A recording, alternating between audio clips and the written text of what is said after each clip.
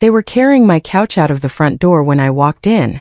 I had just returned from a client meeting downtown, still holding my laptop bag and a half-finished cup of coffee. I thought there had been some kind of mistake. Maybe a mix-up with the neighbors. Maybe a moving company had the wrong address. I stepped forward. "What are you doing?" "That's mine." A man in a gray suit turned to face me. He was calm. Too calm. Like he had done this before. "Ma'am, you need to leave the property," he said. "Leave? This is my house. I have lived here for 6 years. He handed me a set of papers without blinking. My name was printed across the top. But I wasn't listed as the owner. I was listed as the defendant. My hands were shaking as I scrolled through my banking app. A red banner read, "Account frozen. Suspicious activity detected." Then my mother walked into the hallway. And she looked right through me.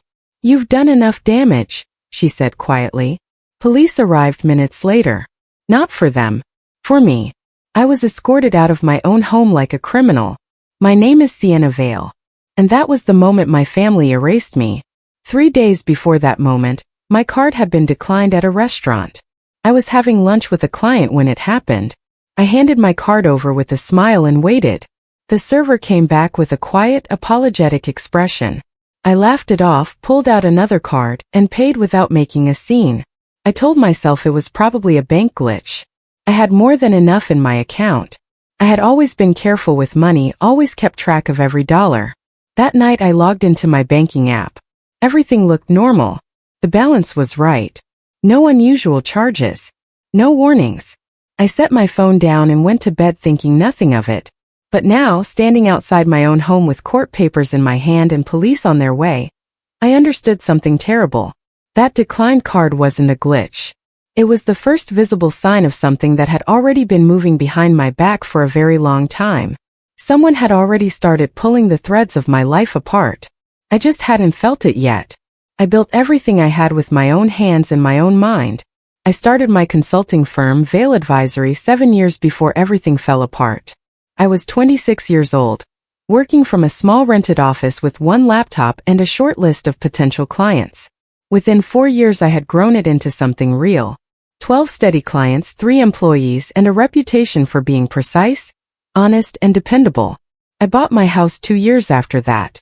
A 3-bedroom home in a quiet neighborhood. Nothing flashy, just solid and mine. And through all of it I took care of my family. I paid my mother's electric bills when she fell behind. I covered my aunt's car repairs without being asked. I gave my cousin Lila money for rent more times than I could count. I never kept score. I never asked for anything back. I thought that was what family meant. You gave what you had because you loved people and they gave back when they could. I was wrong about almost everything I believed about my family. My cousin Lila had always made me slightly uncomfortable, though I could never fully explain why. She was 3 years younger than me and had grown up in the same city. We weren't close as children, but when she moved back after a failed business attempt in another state, I welcomed her. I helped her find her footing. I gave her a spare key to my house so she could water my plants when I traveled. I introduced her to a few of my professional contacts, hoping to help her land some work. Lila was smart. Very smart. But the kind of smart that watched more than it spoke. She asked questions that seemed harmless at the time. What bank did I use? How did I organize my client files? What did my sign-off process look like for contracts? She used to joke that she could be me for a day and run my whole life without anyone noticing. She said it with a laugh and I always laughed back. It seemed like a harmless, flattering thing to say. I stopped finding it funny when I realized she had never been joking at all. 6 months before my world collapsed, I found an old document on my desk. It was a client contract from the previous year. Everything looked normal at first glance. But something about the signature at the bottom made me pause. It looked like mine.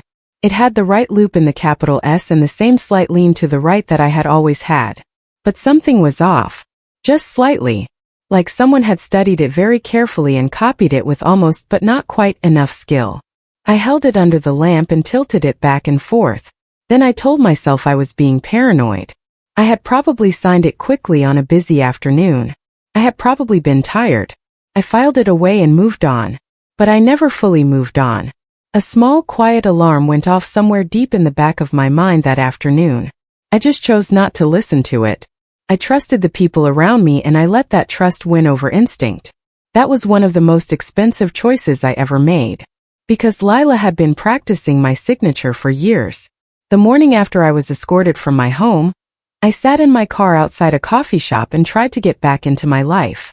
I opened my laptop and went to log into my business account portal. Wrong password. I tried again. Still wrong. I clicked the forgot password option and entered my email address. The screen said that email was not connected to any account. I tried my personal banking app. Same result. I tried my cloud storage where I kept all my business files and client records. Locked. The recovery phone number had been changed to a number I had never seen. The backup email was gone entirely. In less than 24 hours, someone had walked through every digital entrance to my life and changed every single lock. They hadn't just taken money from an account. They had moved into every corner of my digital world and shut me out completely. Every access point. Every trail that could confirm who I was and what I had built. It wasn't a robbery. It was a full replacement. Someone had stepped into my life and sealed the door behind them. A week after I was locked out, I started hearing things. A former client called me on my personal cell, one of the few things that still worked, and asked carefully if everything was okay. He said someone had reached out to him claiming to represent Vail Advisory. He had looked into it and found court documents suggesting I had mismanaged client funds. I sat very still on the phone. Then another call came. A woman from a professional networking group said she had seen a letter, signed with my name, describing erratic financial behavior and the voluntary transfer of my business assets to a family member. They hadn't just stolen my accounts and my property. They had built a complete story around it. A detailed, well-documented story that explained everything away cleanly. In the story they had created, I wasn't the victim. I was the problem. A reckless, unstable woman who had lost control of her own finances. And because they had my signature, my documents, and access to my accounts, the story was convincing. People believed it. That was the part that almost broke me. I drove to my mother's house on a Tuesday morning without calling ahead. I parked on the street and walked to the front door and knocked hard. She answered in her robe, holding a cup of tea, and her face didn't show surprise. It showed something far worse than surprise. It showed preparation. She had already known I would come eventually. I asked her how she could let this happen. I asked if she understood what Lila had done. I told her about the locked accounts, the forged documents, the court papers with my name listed as the defendant.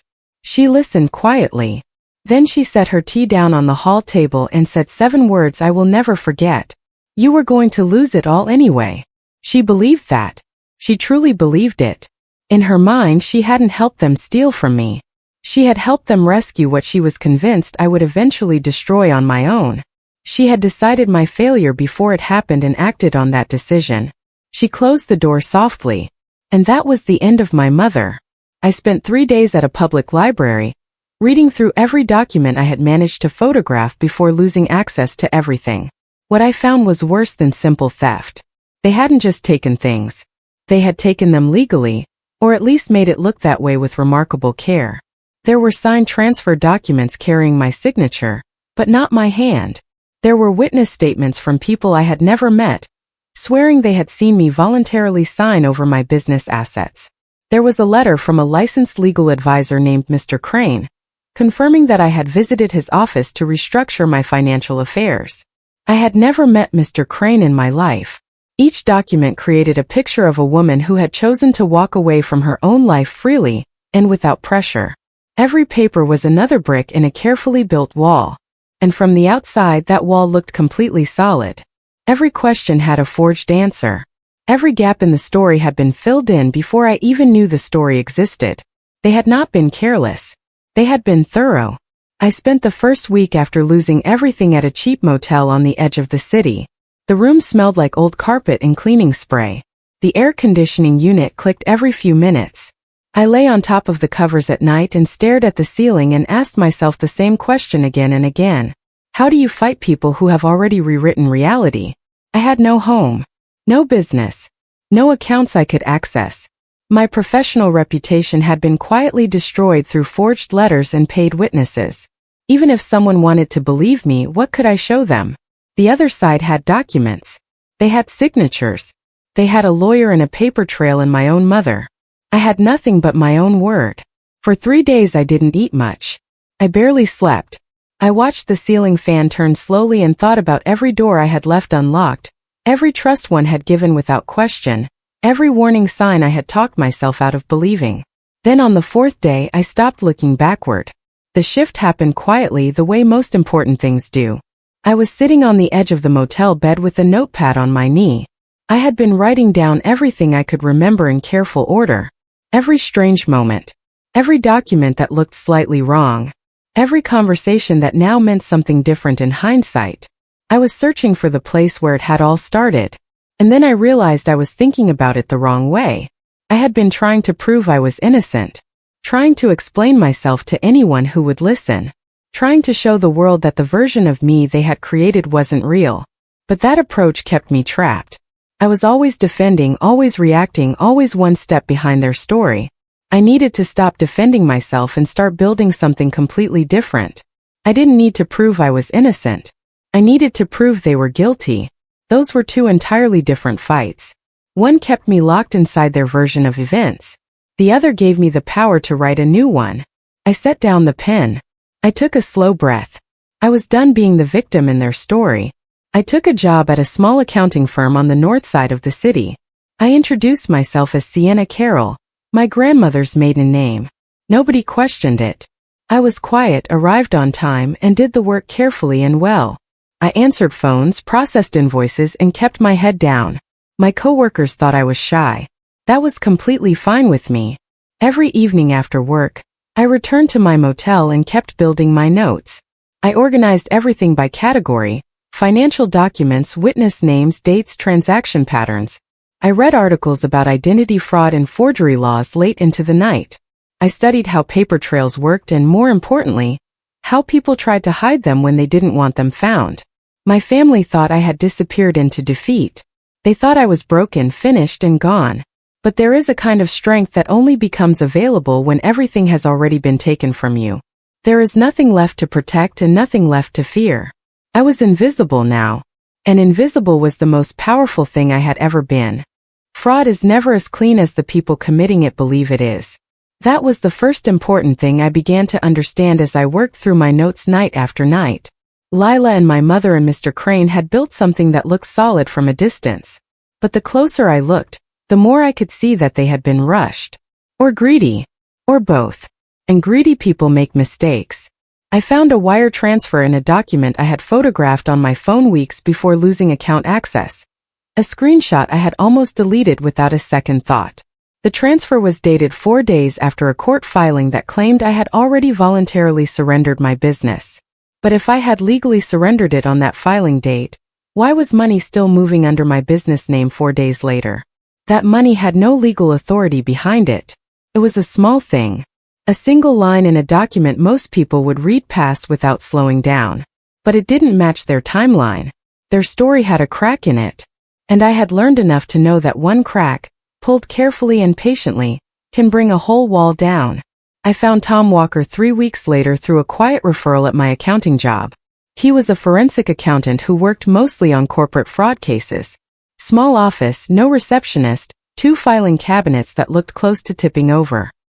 He was about 50 years old with reading glasses permanently pushed up on his forehead, and the kind of focused patience that only comes from years of staring at numbers until they tell the truth.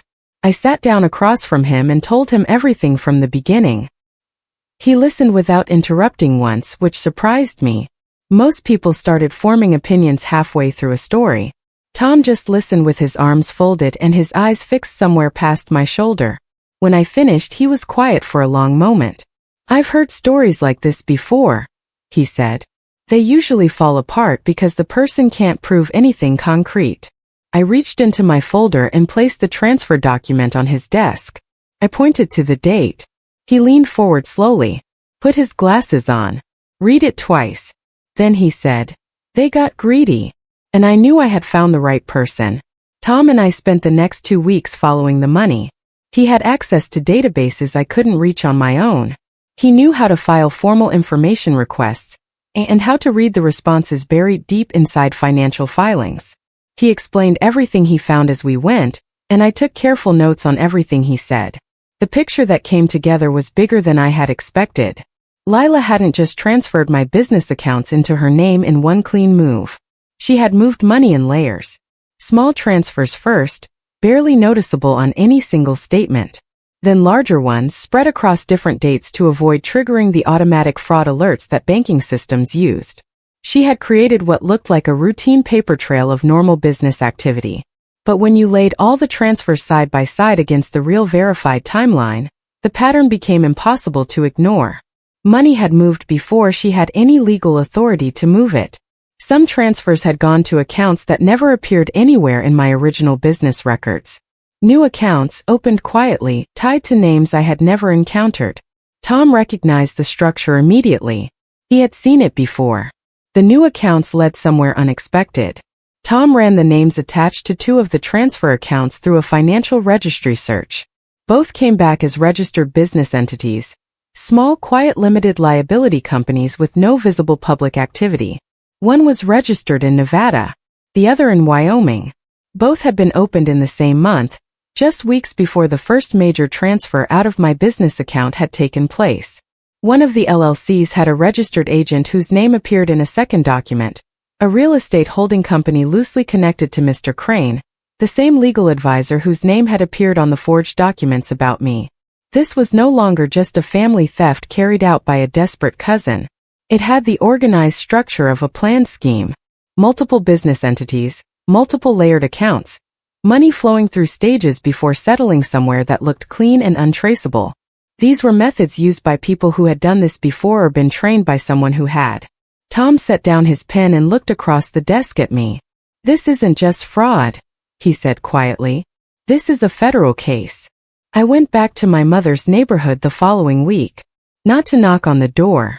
Not to argue or demand anything. I went to listen. I parked half a block down the street in a car borrowed from a coworker and I waited. I had bought a small digital recorder from an electronics store and kept it in my jacket pocket with the button already pressed. On the second evening, Lila arrived at my mother's house carrying takeout bags. She stayed for nearly 3 hours. When she finally left, she stopped on the front porch and made a phone call. She was relaxed and confident, speaking without making any effort to lower her voice. She talked about a final property transfer that was still pending. She mentioned a man she called her contact at the title company. She laughed about how smoothly everything had come together. She used my name casually, like I was a character in a story she had already finished writing and closed. I sat in the dark borrowed car with my hand pressed flat against my knee and let her talk. Every single word was recorded. After I listened to that recording 3 times, something settled inside me. Not anger. Something colder and far more useful than anger. Clarity. I had known that Lila was calculating. But until that evening on the porch, I hadn't fully understood the scale of what she had actually done. The recording wasn't just evidence of current criminal activity. It was a window into how she had thought about me for years. She spoke about me the way a builder talks about a completed project. Something designed, constructed, and finished. She knew my signature because she had copied it hundreds of times. She knew my passwords because she had watched how I typed on shared devices during her visits to my home. She knew my professional voice and tone because she had read through my emails while staying as a guest. She had learned my habits, my schedule, my blind spots, and my deepest trust. She hadn't stolen my life in a single desperate moment. She had built a careful copy of it slowly and deliberately, piece by piece, over years, while I paid her rent and introduced her to my contacts and believed completely that she loved me. That was the part that hurt most of all. There was a moment about a month into building my case when I almost stopped.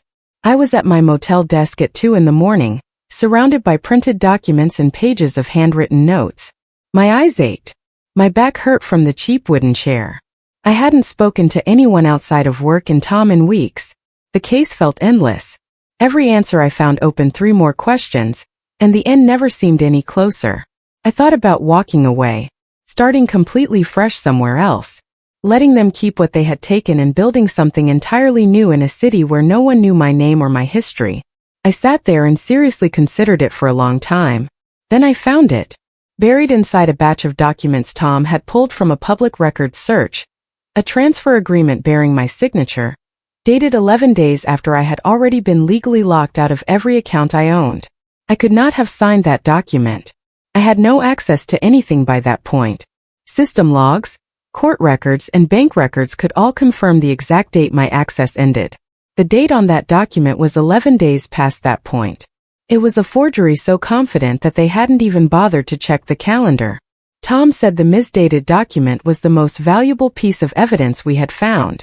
Not because it was the most dramatic, but because it was the cleanest proof available. A transfer agreement signed 11 days after verified account lockout required no complicated explanation and no interpretation. You either had access on a given date or you didn't.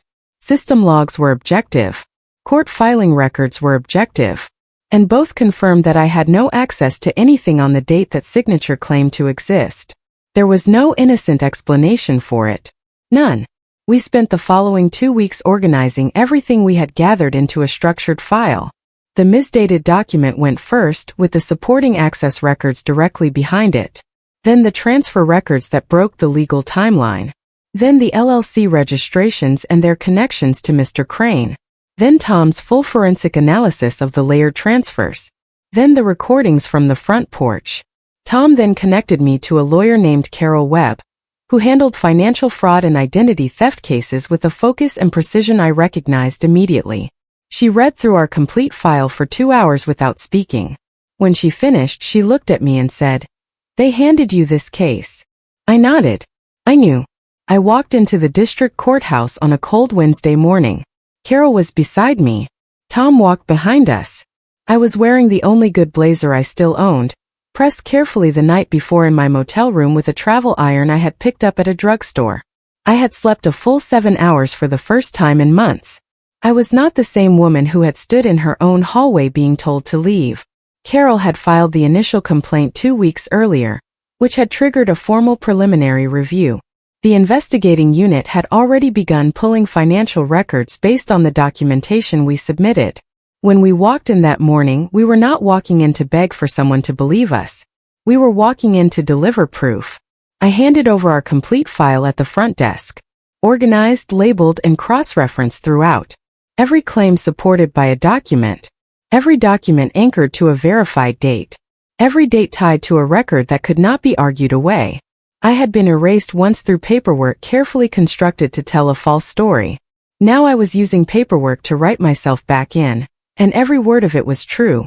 The first sign that things had shifted came 10 days after we filed.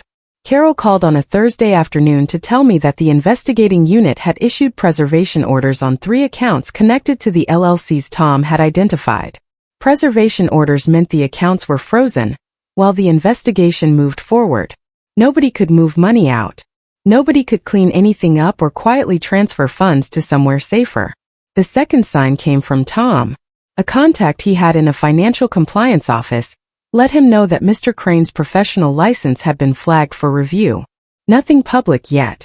Just an internal flag. But a flag meant official eyes were now on him. Then 2 weeks after we filed, Carol told me that Lila had retained a defense attorney. She didn't need a defense attorney if she had done nothing wrong. I thought about Lila sitting across from a lawyer, being told for the first time that the ground beneath her feet was no longer solid. I thought about how confident and relaxed she had sounded on that front porch, laughing about how smoothly everything had gone. I didn't feel joy thinking about her fear. I just felt something long and heavy slowly becoming right. The formal hearing took place 6 weeks after we filed our complaint. Carol presented our evidence in an order that Tom and I had spent 3 late evenings organizing with care.